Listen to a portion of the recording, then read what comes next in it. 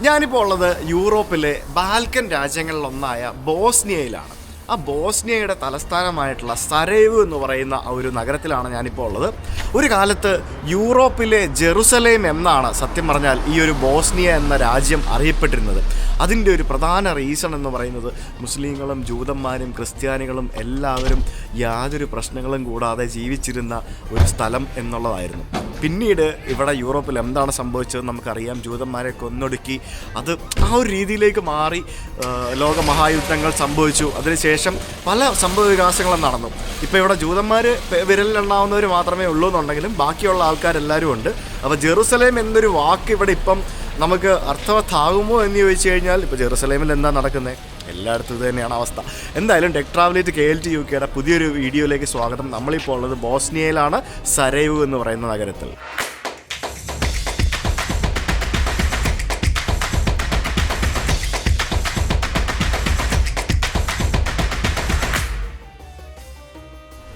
സരേവ് എന്ന് പറഞ്ഞ നഗരത്തിൽ ബസ്കർഷ എന്ന് പറഞ്ഞൊരു ഏരിയ ഉണ്ട്. ആ ബസ്കർഷ എന്ന് പറയുന്നത് ഇവിടുത്തെ ഓൾഡ് ടൗൺ ഏരിയ ആണ്. നമ്മൾ സാധാരണയായി യൂറോപ്യൻ രാജ്യങ്ങളിൽ കാണുന്ന പോലത്തെ ഉള്ള ഒരു ഓൾഡ് ടൗൺ ഏരിയ അല്ല. ഇവിടെ ഇപ്പോൾ things are entirely different. Bosnia എന്ന് പറയുന്നത് ഒരു മുസ്ലിം മെജോറിറ്റി രാജ്യമാണ്.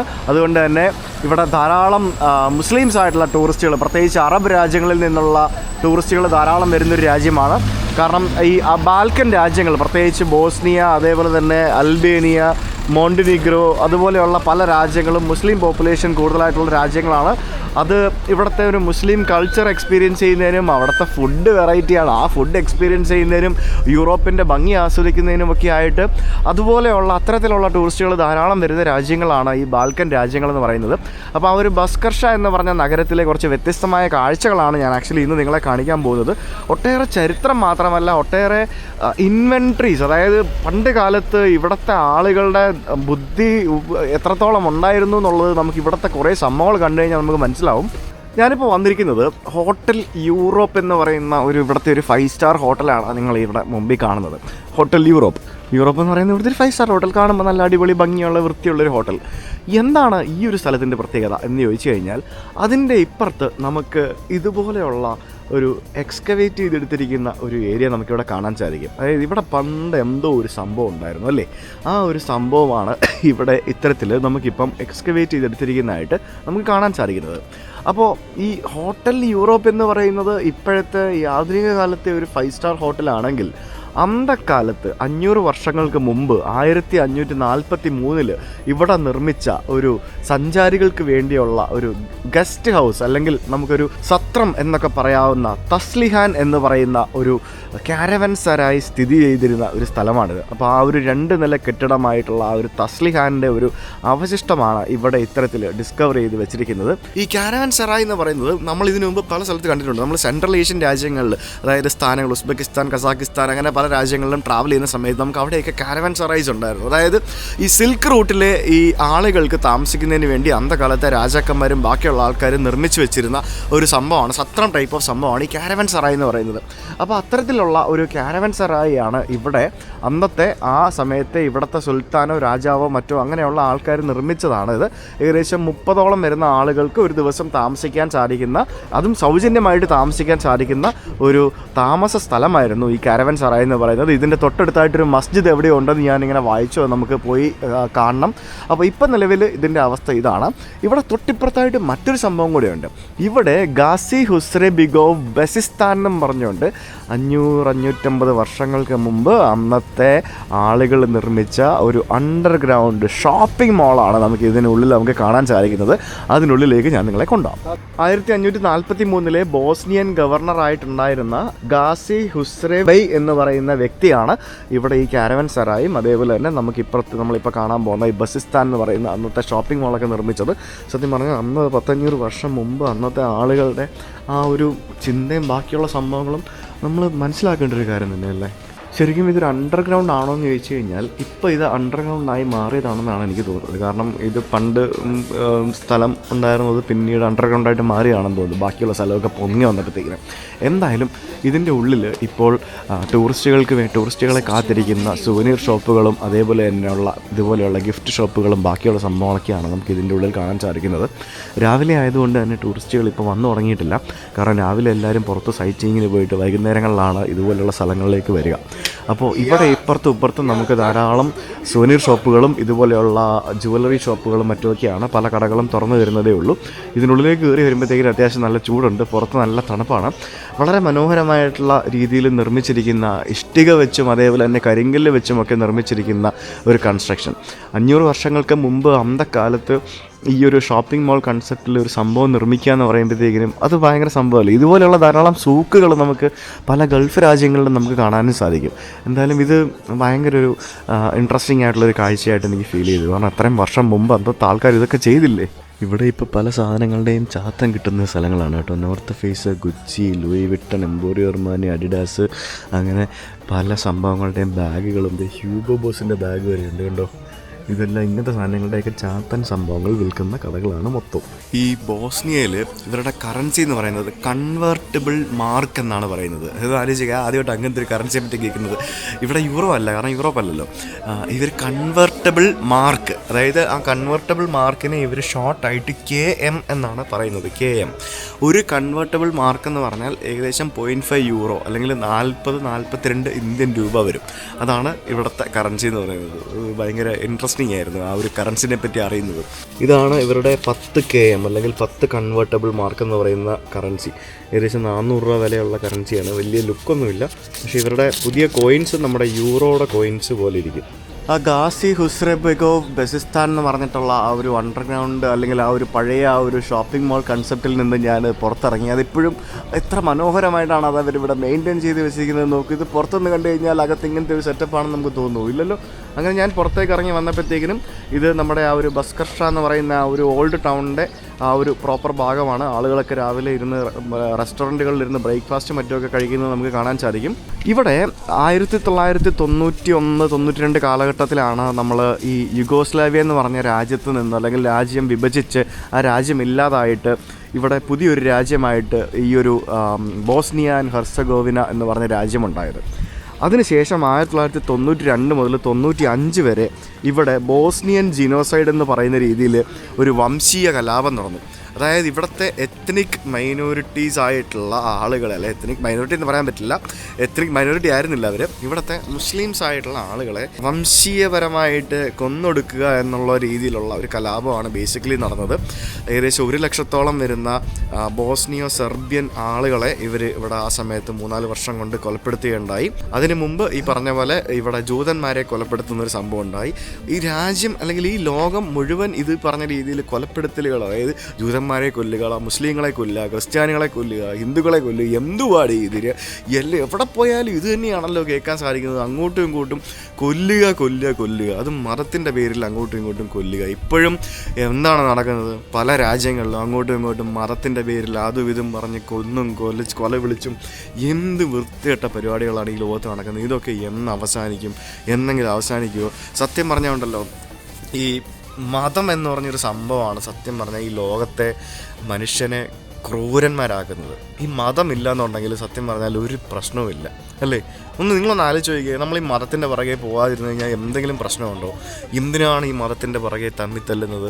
എന്തൊക്കെ പ്രശ്നങ്ങളാണ് നടക്കുന്നത്? അപ്പോൾ അങ്ങനെയുള്ള വലിയൊരു ജിനോസൈഡ് ആ ഒരു 3 വർഷക്കാലം ഇവിടെ നടന്നിരുന്നു.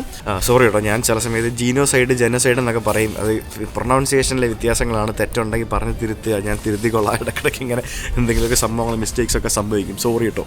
അപ്പോൾ ഇതിനെപ്പറ്റിയൊക്കെ അറിയാൻ സാധിക്കുന്ന പലതരത്തിലുള്ള മ്യൂസിയങ്ങൾ ഇവിടെ നഗരത്തിൻ്റെ പല ഭാഗങ്ങളിലും ഉണ്ട്. നിങ്ങൾക്ക് അങ്ങനെയുള്ള സ്ഥലങ്ങൾ സന്ദർശിക്കണമെങ്കിൽ അതും നിങ്ങൾക്ക് സന്ദർശിക്കാം. അതുപോലെ ഇവിടെ ഇതുപോലെയുള്ള കുറേ ടേബിളുകൾ കണ്ടോ. ഇതെന്താ സംഭവം എന്ന് പറഞ്ഞാൽ ഇവിടുത്തെ ആൾക്കാർ സിഗരറ്റും വലിച്ചുകൊണ്ട് കാപ്പി ഒടിച്ചിരിക്കുന്ന ഒരു ശീലമുണ്ട്. നമ്മൾ മൊറോക്കോയിലൊക്കെ കാണുന്ന പോലെ.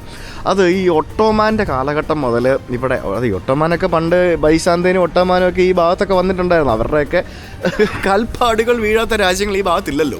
അപ്പോൾ അവരുടെ കാലഘട്ടം മുതൽ കാപ്പി ഇവരുടെ ഒരു വലിയൊരു എന്താ പറയുക ഇൻട്രസ്റ്റിംഗ് സംഭവമായിട്ട് മാറി. അപ്പം കാപ്പി എന്ന് പറയുന്നത് സാധാരണ മറ്റുള്ള രാജ്യങ്ങളെ പോലെയല്ല, ഇവരുടെ കാപ്പിക്ക് എന്തൊക്കെയോ പ്രത്യേകതകളുണ്ട്. കണ്ടില്ലേ, കോഫി കണ്ടില്ല, അങ്ങനെ എന്തൊക്കെ പല പ്രത്യേകതകളുണ്ട് എന്നൊക്കെയാണ് പറയുന്നത്. ഇവർ വെള്ളം തിളപ്പിച്ചതിന് ശേഷം മാത്രമാണ് കാപ്പിപ്പൊടി ഇടുന്നത്. പിന്നെ തുർക്കിഷ് കോഫി എന്ന് പറയുമ്പം വെള്ളം തിളപ്പിക്കുന്നതിന് മുമ്പ് കാപ്പിപ്പൊടി ഇടും എന്നൊക്കെ പറയുന്നുണ്ട്. അപ്പോൾ അങ്ങനെയുള്ള കുറേ സംഭവങ്ങളുണ്ട്. അപ്പോൾ കാപ്പി കുടിച്ചിങ്ങനെ സിഗരറ്റ് വലിച്ചിരിക്കുന്ന രീതിയിലുള്ള കുറേ സംഭവങ്ങൾ, അതുപോലെ അതിനുവേണ്ടിയുള്ള കുറേ കടകൾ നമുക്കിവിടെ പല സ്ഥലത്തായിട്ട് കാണാൻ സാധിക്കും. ഇത്രയും ദിവസം ഇല്ലാതിരുന്നൊരു തണുപ്പ് ഇന്ന് പെട്ടെന്ന് ഫീൽ ചെയ്യുന്നുണ്ട്. ഇന്ന് അത്യാവശ്യം നല്ല കാറ്റുണ്ട്. ഇന്ന് പുറത്ത് -1 ഡിഗ്രി സെൽഷ്യസ് ആണ് കാണുന്നത്. എനിക്ക് അത്യാവശ്യം നല്ല തണുപ്പ് ഫീൽ ചെയ്യുന്നുണ്ട്. എനിക്കെന്താണെന്ന് അറിയത്തില്ല, ഞാൻ ഈ റെഡ് ജാക്കറ്റ് എന്നിട്ടിട്ടോ അന്ന് എനിക്ക് തണുപ്പാണ്. ഇവിടെ നമുക്ക് പർദ്ദയിട്ട് നടക്കുന്ന ഇഷ്ടംപോലെ സ്ത്രീകളെ നമുക്ക് കാണാൻ സാധിക്കും കേട്ടോ. ഇതുപോലുള്ള ബുർക്കയിട്ട് നടക്കുന്നതും പർദ്ദയിട്ട് നടക്കുന്നതായിട്ടുള്ള സ്ത്രീകളെ ധാരാളം നമുക്ക് കാണാൻ സാധിക്കും. ഞാൻ ഇപ്പോഴാണ് ആലോചിച്ചത്, ഇവിടെ റീസെൻ്റ്ലി അല്ലേ സ്വിറ്റ്സർലാൻഡിലെ മറ്റോ പർദ്ദ നിരോധിച്ചത്, ബുർക്ക നിരോധിച്ചു, അങ്ങനെ എന്തൊരു വാർത്തയൊക്കെ ഞാൻ റീസെൻ്റ്ലി കണ്ടായിരുന്നു. നമുക്ക് സ്വിറ്റ്സർലാൻഡിൽ പോകുമ്പോൾ നമുക്ക് നോക്കാം എന്താ സംഭവം അവിടെ എഴുതി വെച്ചിട്ടുണ്ടോ, അങ്ങനെയുള്ള കാഴ്ചകളൊക്കെ എഴുതി വെച്ചിട്ടുണ്ടോ എന്ന് നോക്കാം. അങ്ങനെയൊക്കെ ചെയ്യുന്നത് എന്തിനാണെന്ന് ചോദിച്ചു കഴിഞ്ഞാൽ എനിക്കറിയില്ല. പണ്ടൊരു കാലത്ത് ശ്രീലങ്ക നിരോധിച്ചിരുന്നത്, അത് ഒരു കാര്യമുണ്ട്, പറഞ്ഞിട്ട് കുറ്റമില്ല.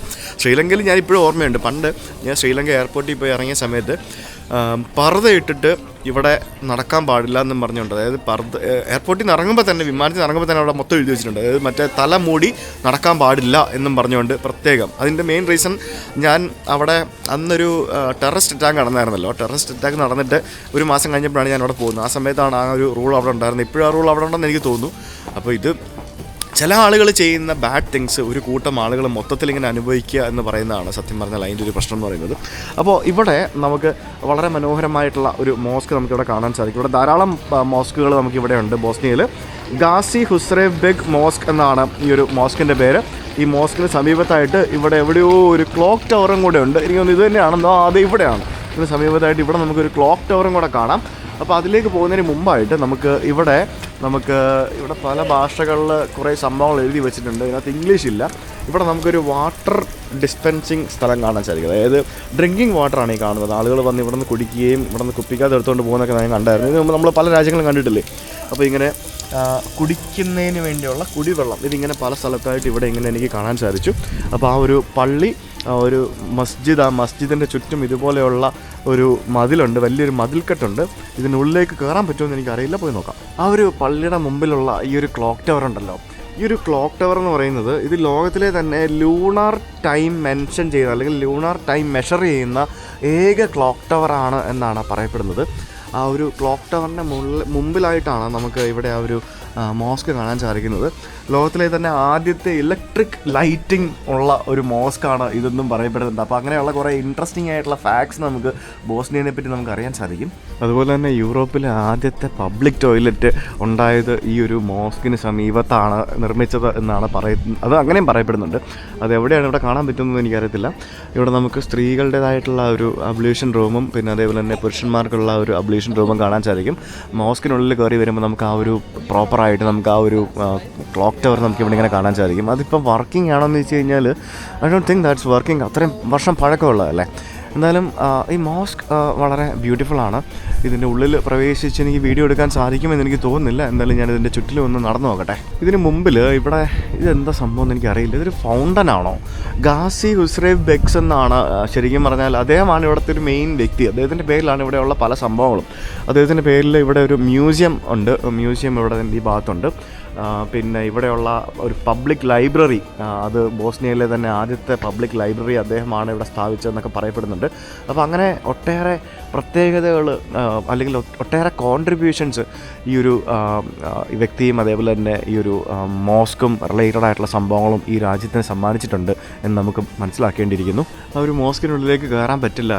ഞാൻ അവിടെ നോക്കിയപ്പോഴത്തേക്കിനും ഇപ്പോൾ കയറാൻ പറ്റില്ല എന്നാണ് എനിക്ക് മനസ്സിലാക്കാൻ കഴിഞ്ഞത്. ഇതിന് ചുറ്റിനും ഇതുപോലെയുള്ള പല ഹിസ്റ്റോറിക് ബിൽഡിങ്ങുകൾ നമുക്ക് കാണാൻ സാധിക്കും. ഇത് മ്യൂസിയത്തിൻ്റെ ഭാഗമാണ് ഈ കാണുന്ന മനോഹരമായിട്ടുള്ള ആ ഒരു ഓൾഡ് ബിൽഡിംഗ് എന്ന് പറയുന്നത്. മോസ്ക് പല രീതിയിൽ റിനോവേറ്റ് ചെയ്ത് കുട്ടപ്പനായിട്ട് പുതിയ രീതിയിലേക്ക് മാറ്റിയിട്ടുണ്ട്. കാരണം പണ്ടത്തെ മോസ്ക് പലതരത്തിലുള്ള ആ ഒരു നാശനഷ്ടങ്ങൾ സംഭവിച്ചിട്ടുണ്ടാവുമല്ലോ. വേറൊരു കാര്യം ശ്രദ്ധിച്ചു കഴിഞ്ഞാൽ നിങ്ങൾക്കൊന്ന് മനസ്സിലാവും. അതായത് ഈ ഞാൻ പറഞ്ഞല്ലോ ഈ മുസ്ലിം മെജോറിറ്റി ആയിട്ടുള്ള, ഞാൻ പറയുന്നത് ചിലപ്പോൾ പല വസ്തുതാവിരുദ്ധമായിട്ടുള്ള കാര്യങ്ങളുണ്ടാകും, പക്ഷേ എൻ്റെ മനസ്സിൽ തോന്നിയൊരു കാര്യമാണ് ഞാൻ പറയുന്നത്. ഈ മുസ്ലിം മെജോറിറ്റി ഉള്ള പല രാജ്യങ്ങളെയും ഇതുവരെ അവർ യൂറോപ്യൻ യൂണിയനിൽ കയറ്റാനായിട്ട് ഡിലേ ആക്കുന്നതായിട്ട് എനിക്ക് തോന്നിയിട്ടുണ്ട്.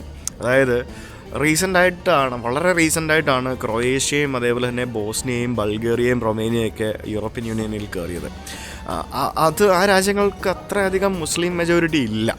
മുസ്ലിം മെജോറിറ്റി ഉള്ള യൂറോപ്യൻ യൂണിയനിൽ ഇല്ലാത്ത രാജ്യങ്ങളെന്ന് പറയുന്നത് നമ്മളിപ്പോൾ ഉള്ള ബോസ്നിയ, പിന്നെ നമ്മുടെ സെർബിയ, അൽബേനിയ, മോണ്ടനെഗ്രോ, മസിഡോണിയ പിന്നെയും ക്രിസ്ത്യൻസാണ് കൂടുതൽ, പിന്നെ തുർക്കിയൊക്കെ എത്ര വർഷമായിട്ട് യൂറോപ്യൻ യൂണിയനിൽ കയറാനായിട്ട് ഇങ്ങനെ അപേക്ഷ കൊടുത്തിട്ട് ഇങ്ങനെ നിൽക്കുകയാണ്. അങ്ങനെയുള്ള പല രാജ്യങ്ങളെയും ഇതുവരെ യൂറോപ്യൻ യൂണിയനിൽ എടുത്തിട്ടില്ല. അതെന്തുകൊണ്ടാണ് എന്ന് നമ്മൾ ആലോചിക്കേണ്ടിയിരിക്കുന്നത്. എനിക്ക് താല്പര്യമുള്ളത് മുസ്ലിംസ് ഇവിടെ കൂടുതലായിട്ടുള്ളത് കൊണ്ടാണോ യൂറോപ്യൻ യൂണിയനിൽ ഇവർ എടുക്കാത്തത് എന്നൊക്കെ എനിക്ക് പലതവണ തോന്നിയിട്ടുണ്ട്. നിങ്ങൾക്ക് അങ്ങനെ എന്തെങ്കിലും ഒരു തോന്നലുണ്ടോ, അല്ലെങ്കിൽ അതിനെപ്പറ്റി എന്തെങ്കിലും അറിയാമെന്നുണ്ടെങ്കിൽ ദയവായിട്ടൊന്ന് കമൻറ്റ് ചെയ്യുക. കാരണം അതങ്ങനെയാണോ എനിക്കറിയത്തില്ല. പലരും പറഞ്ഞു കേട്ടിട്ടുണ്ട്, പലയിടത്തും ഞാൻ വായിച്ചിട്ടുണ്ട് അങ്ങനെയൊക്കെയുള്ള റീസൺസ് ആകാം എന്നുള്ളത്. പക്ഷേ I'm not sure about it. ഇതാണ് ആ ക്ലോക്ക് ടവർ കണ്ടല്ലേ. എനിക്ക് ആ ഒരു ക്ലോക്ക് ടവറിൻ്റെ അടുത്തേക്ക് ഞാനിങ്ങനെ വന്നു.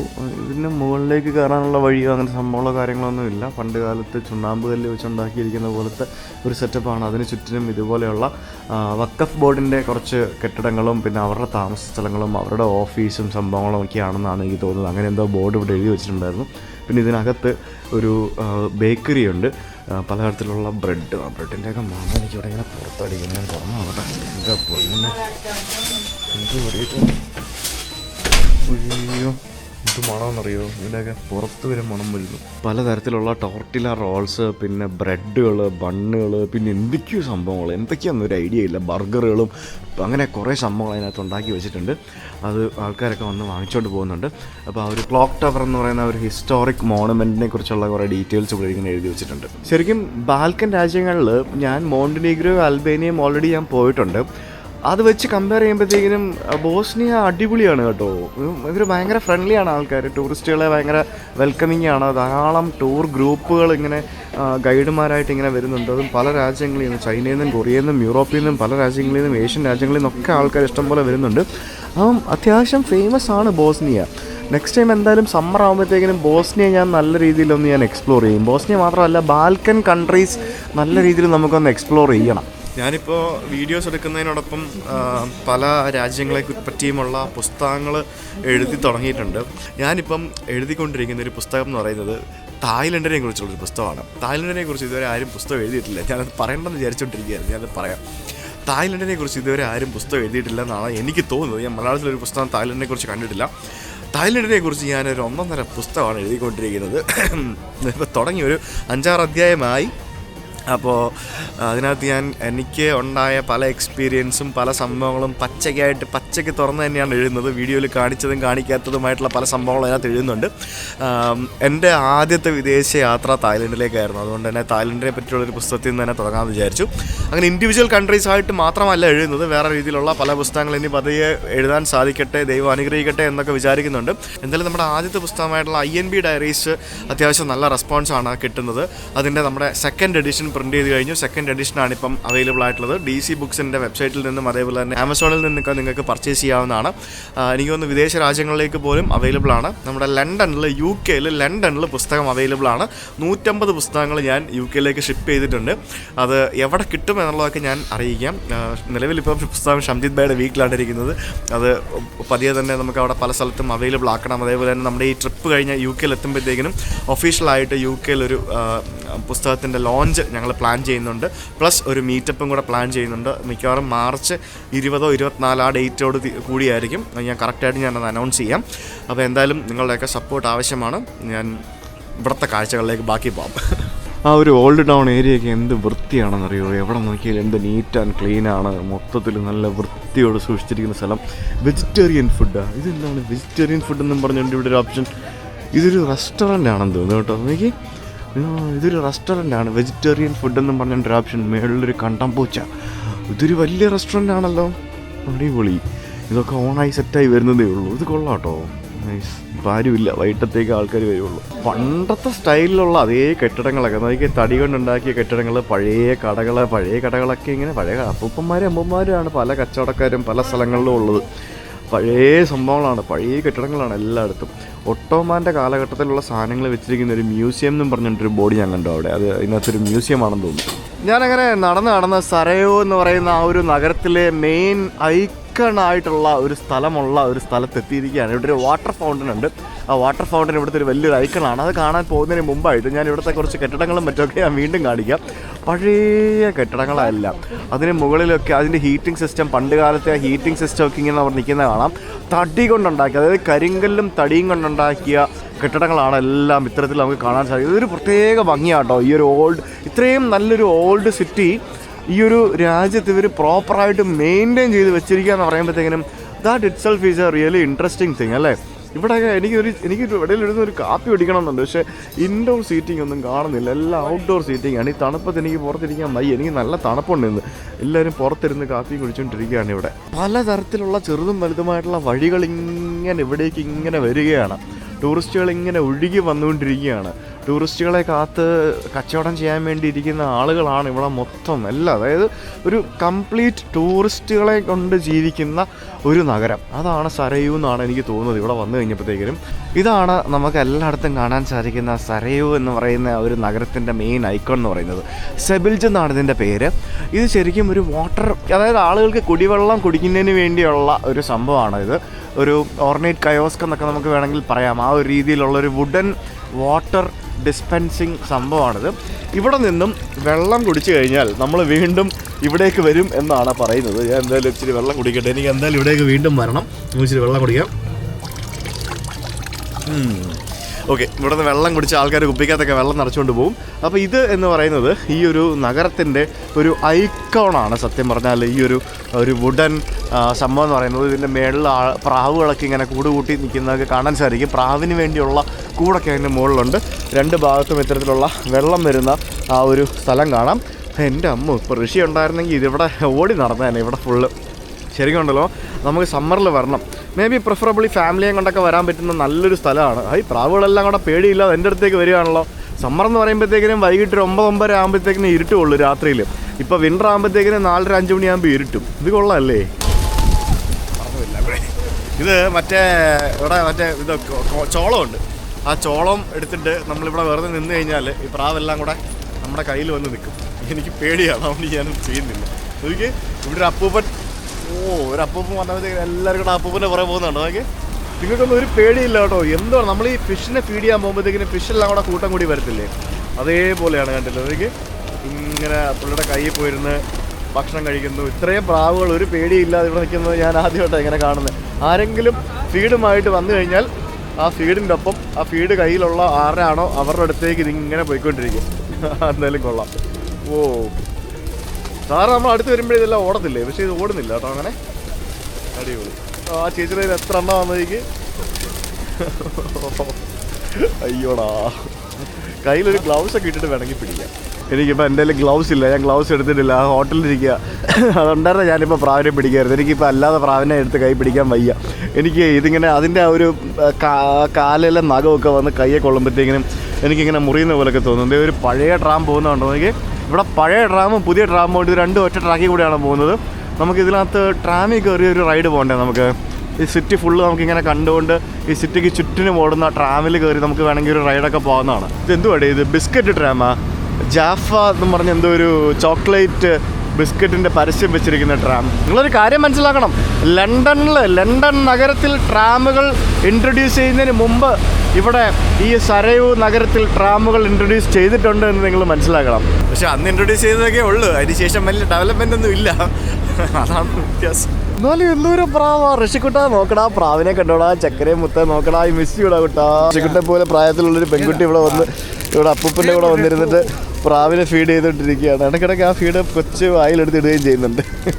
അതും കഴിക്കുന്നുണ്ട്, പ്രാവിനെയും കൊടുക്കുന്നുണ്ട്. രണ്ടുപേരും മാറി മാറി കൊടുക്കുക. കുട്ടികളെല്ലാം വന്നിങ്ങനെ ഫീഡ് ചെയ്തുകൊണ്ടിരിക്കുകയാണ്. എനിക്ക് എന്തോരം പ്രാവുകളാ.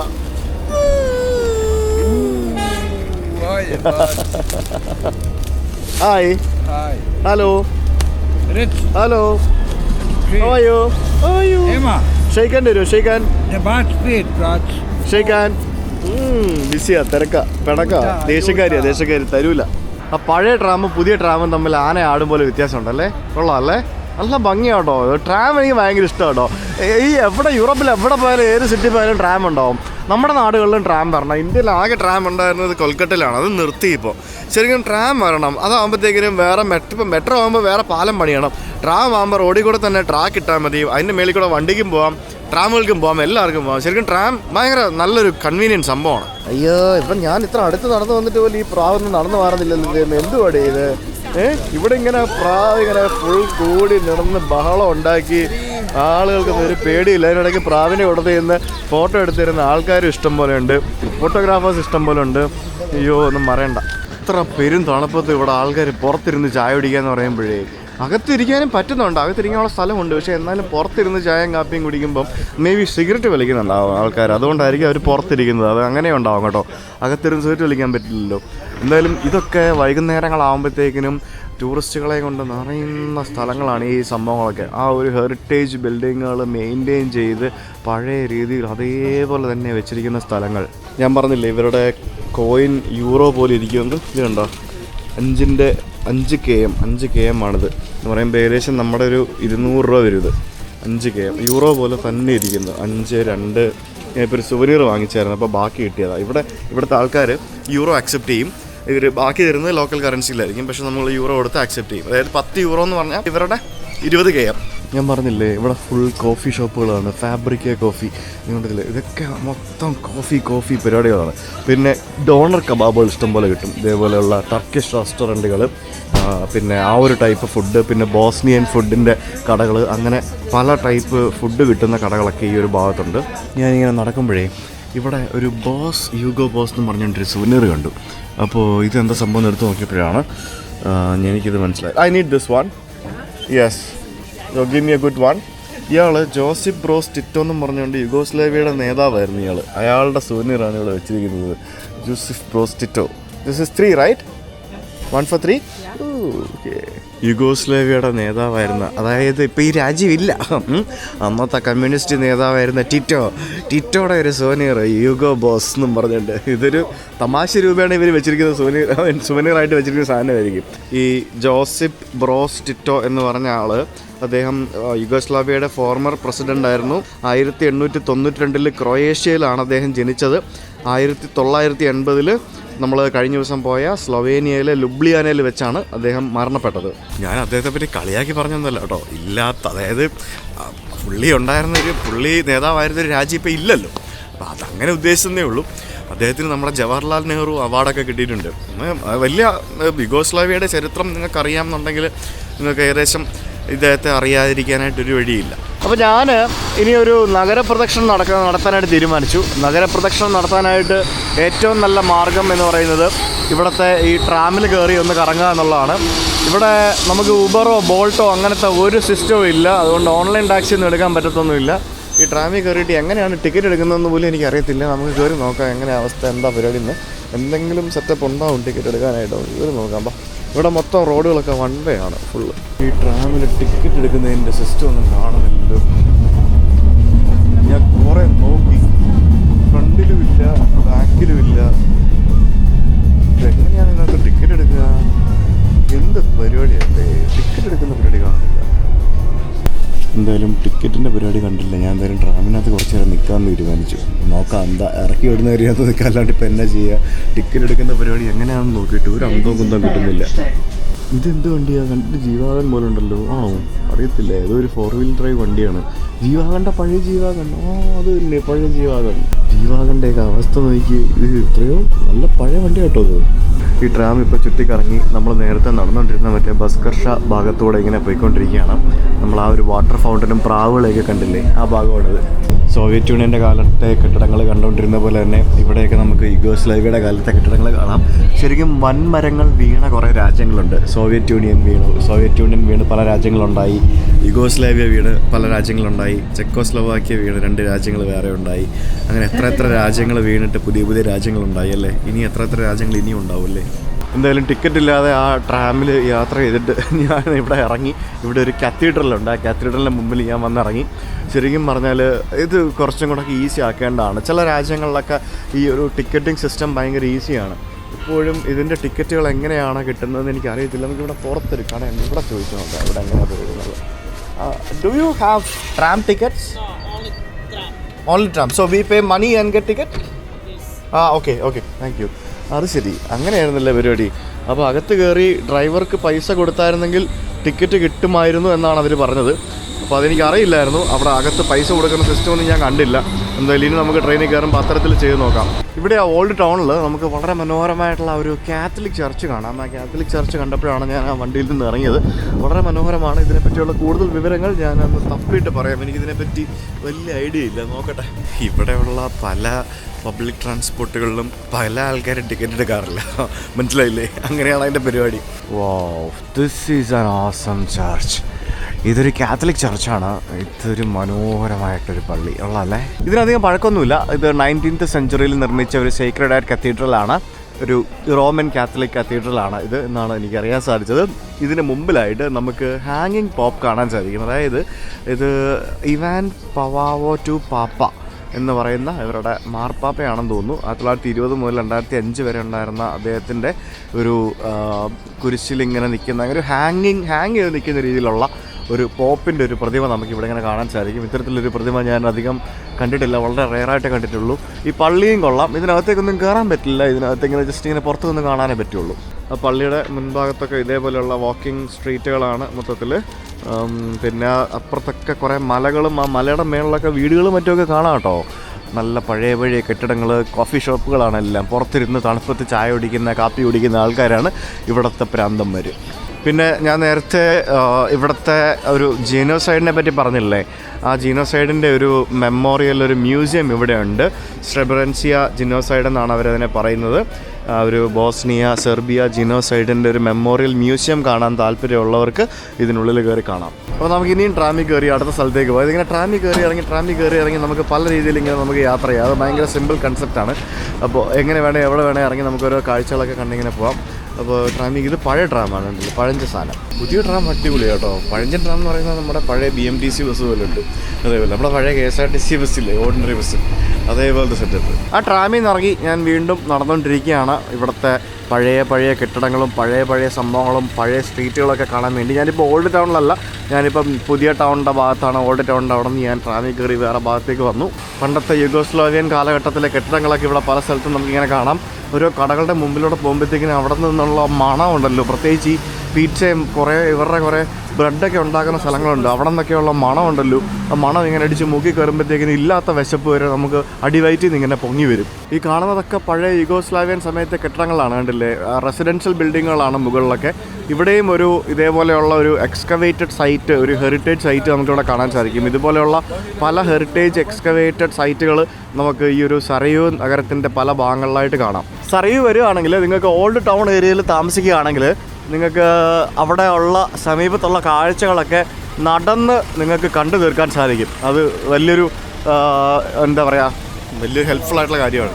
പിന്നെ ഇവിടെ എയർപോർട്ടിൻ്റെ അടുത്തായിട്ട് എയർപോർട്ടിൻ്റെ റൺവേയുടെ അടിയിൽ കൂടെ ഒരു ടണലുണ്ട്. ആ ടണൽ എന്ന് പറയുന്നത് പണ്ട് യുദ്ധം നടന്ന സമയത്ത്, വേൾഡ് വാറിൻ്റെ സമയത്തല്ലെന്ന് തോന്നുന്നു, അത് കഴിഞ്ഞിട്ടുള്ള യുദ്ധം നടന്ന സമയത്ത് അവർ ഫുഡും മെഡിസിനും ബാക്കിയുള്ള സാധനങ്ങളൊക്കെ കൊണ്ടുപോകുന്നതിന് വേണ്ടി നിർമ്മിച്ച ഒരു ടണലാണത്. അപ്പോൾ ആ ടണൽ കാണാൻ പോകാൻ എനിക്കിപ്പോൾ സമയമില്ല, നെക്സ്റ്റ് ടൈം വരുമ്പോൾ പോവാം. ഈ ട്രാമിൽ അകത്ത് എല്ലായിടത്തും മേളിലൊക്കെ എഴുതി വെച്ചിരിക്കുന്നുണ്ടല്ലേ, ഫുള്ള് എല്ലായിടത്തും എഴുതി വൃത്തിയുണ്ടാക്കി വെച്ചിരിക്കുകയാണ്. കണ്ടോ, നമ്മൾ പറയും നമ്മൾ ഇന്ത്യക്കാരാണ് ഇതൊക്കെ ചെയ്യുന്നത്, എല്ലായിടത്തും ചെയ്യും ഇതിനപ്പുറത്തെ വൃത്തികേടും പരിപാടികളൊക്കെ. അതൊക്കെ ഫുള്ള് ഒരു പബ്ലിക് ട്രാൻസ്പോർട്ട് മൊത്തം ഇതും വൃത്തിയോട് എഴുതി വെച്ച് നശിപ്പിച്ച് വെച്ചിരിക്കുന്നുണ്ടല്ലേ. ഒരു പഴയ നഗരം, അതായത് ഒരു പഴയ സ്ഥലം. ആ പഴയ സ്ഥലം ടൂറിസ്റ്റുകളെ ആകർഷിക്കാൻ വേണ്ടി എന്തൊക്കെ പരിപാടികൾ ചെയ്ത് എത്ര വൃത്തിയോടെയാണ് വെച്ചിരിക്കുന്നത് അല്ലേ. ശരിക്കും എന്തൊക്കെ സംഭവങ്ങളാണ് ഇവിടെ ഓരോ നാടുകളിൽ ഇങ്ങനെ നടക്കുന്നത്. എത്ര പഴയ നഗരങ്ങളാണ് നമ്മുടെ നാട്ടിലുള്ളത്. നമുക്ക് എന്തുകൊണ്ട് ഇതൊന്നും മര്യാദയ്ക്ക് വൃത്തിയാക്കിയിട്ട് ടൂറിസ്റ്റുകളെ ആകർഷിക്കാൻ പറ്റുന്നില്ല അല്ലേ? തണുപ്പായോണ്ടാണെന്നൊന്നും അറിയത്തില്ല, ഭയങ്കര വിശപ്പാണ്. അല്ല, ഉച്ചയായി നടന്ന് അടപ്പറിച്ചു. ഇപ്പോൾ ലഞ്ച് കഴിക്കാനുള്ള സമയമായി. So let me try to grab some local food. ഞാൻ ഡോണർ കബാബ് കഴിക്കാൻ തീരുമാനം. ഡോണർ കബാബ് അല്ല, ടർക്കിഷ് ടർക്കിഷ് ഫുഡുണ്ട്, അത് കഴിക്കാമെന്ന് തീരുമാനിച്ചു. ഞാൻ ആ റെസ്റ്റോറൻറ്റിനകത്ത് കയറി വന്നു. ടൂറിസ്റ്റുകൾ വരുന്ന പ്ലേസാണ്, അപ്പോൾ എന്തായിരിക്കും എന്നറിയത്തില്ല. ഞാനൊരു ലെൻറ്റിൽ സൂപ്പ് വാങ്ങിച്ചു. എനിക്ക് ഈ തൊണ്ടയ്ക്ക് പ്രശ്നമുള്ള സമയത്ത് നല്ല ചൂട് സൂപ്പ് കുടിച്ചാൽ നല്ലതായിരിക്കും എന്നാണ് പറയുന്നത്. അതേപോലെ തന്നെ ഞാനൊരു അയറനും വാങ്ങിച്ചു. അതിന് വലിയ ചൂടൊന്നുമില്ല. അയറൻ എന്ന് പറഞ്ഞാൽ മറ്റേ ടർക്കിഷ് അയറൻ. അപ്പോൾ ഇതിനകത്ത് ഇച്ചിരി നാരങ്ങയൊക്കെ പിഴിഞ്ഞിട്ട് നമുക്ക് കുടിക്കാം. പിന്നെ ഈ ബ്രെഡ് ഫ്രീ ആയിരിക്കും കേട്ടോ. ഇത് ബേസിക്കലി എനിക്ക് തോന്നുന്നൊരു ടർക്കിഷ് റെസ്റ്റോറൻറ്റാണ്. ഇവിടുത്തെ ഫുഡ് ട്രൈ ചെയ്യണമെന്നൊക്കെ ഉണ്ടായിരുന്നു, പക്ഷേ ഞാൻ ടർക്കിഷ് ഫുഡ് കണ്ടപ്പോഴത്തേക്ക് ഞാൻ അങ്ങോട്ട് ചാടിക്കയറി. ടർക്കിഷ് ഫുഡ് നമ്മളിങ്ങനെ വലിക്കും. കൊള്ളാം. നമ്മളെ പരിപ്പേറി സൂപ്പാക്കി എങ്ങനെ ഉണ്ടാവും അതേപോലെ തന്നെ സാധനം ലെൻറ്റിൽ സൂപ്പ്. ഇതിനകത്ത് ഇച്ചിരി കടുക് വറുത്തിട്ട് കഴിഞ്ഞാൽ നമ്മുടെ ദാൽ കറിയായി. ഇതാണ് ഞാൻ പറഞ്ഞ സാധനം. ഇത് ചിക്കൻ, മറ്റേ ആ ഷവർമ്മയുടെ ആ സാധനത്തിനകത്തിരിക്കുന്ന ചിക്കൻ. ഇത് നമുക്ക് നാട്ടിൽ റോൾ ഉണ്ടാക്കി തരുമ്പോഴാണ് ഷവർമ്മയാവുന്നത്. ഈ പ്ലേറ്റ് ഷവർമ്മ എന്ന് വേണേൽ പറയാം. പിന്നെ കുറച്ച് സലാഡും കിട്ട സാധനം. ഇതിന് 10 KM ആണ് അതിൻ്റെ പ്രൈസ്. എന്ന് പറയുമ്പോൾ ഏകദേശം 400 രൂപ വരും. ഇതെല്ലാം കൂടെ എനിക്ക് തോന്നുന്നൊരു 12,000 രൂപ വരുമെന്ന് എനിക്ക് തോന്നുന്നു. ടൂറിസ്റ്റ് കേന്ദ്രമല്ലേ, കൊല്ലും. ഞാൻ അവിടുന്ന് ഫുഡ് കഴിച്ച് ഇറങ്ങി. ഫുഡെല്ലാം കൂടെ 800 രൂപ ആയുള്ളൂ, പക്ഷേ നല്ല മൂഞ്ച് ഫുഡായിരുന്നു. കൊള്ളൂലായിരുന്നു, പെട്ടു കേസ്. അതായത് അകത്ത് ഹീറ്റിംഗ് ഒന്നും ഇല്ലായിരുന്നു. കൊണ്ടുവച്ച ഉടനെ സാധനം തണുത്ത് പോയ ചിക്കൻ ഒരു ടേസ്റ്റ് ഇല്ലായിരുന്നു, ഇഷ്ടപ്പെട്ടില്ല. ഈ കാണുന്ന ഈ ഒരു വുഡൻ വാട്ടർ ഡിസ്പെൻസിങ് സാധനത്തിൽ നിന്ന് മനുഷ്യർ മാത്രമല്ല ഇവിടെയുള്ള പ്രാവുകളും വെള്ളം കുടിക്കുന്നുണ്ട്. എന്തോരം പ്രാവുകളാണ്. എനിക്ക് ഈ പ്രാവിൻ്റെ സംഭവം ഇഷ്ടപ്പെട്ടു കേട്ടോ. പിള്ളേരൊക്കെ പ്രാവിനെ പിടിക്കാൻ വേണ്ടി ഓടി നടക്കുകയാണ്. അതേ വേറൊരു രക്ഷിക്കട്ടെ. എല്ലാവരും ഇത് തന്നെ ഫുള്ള് പ്രാവിൻ്റെ പുറകെയാണ് പിള്ളേരെല്ലാം. നമ്മൾ INB ട്രിപ്പിൻ്റെ സമയത്ത് ഋഷി നേപ്പാളിലും അവിടെ എവിടെയൊക്കെ പോയപ്പോഴത്തേക്കിനും അമ്പലങ്ങളിൽ പ്രാവിൻ്റെ പുറകെ ഓടുമായിരുന്നു. ഇപ്പോഴും ഓടുമായിരുന്നു.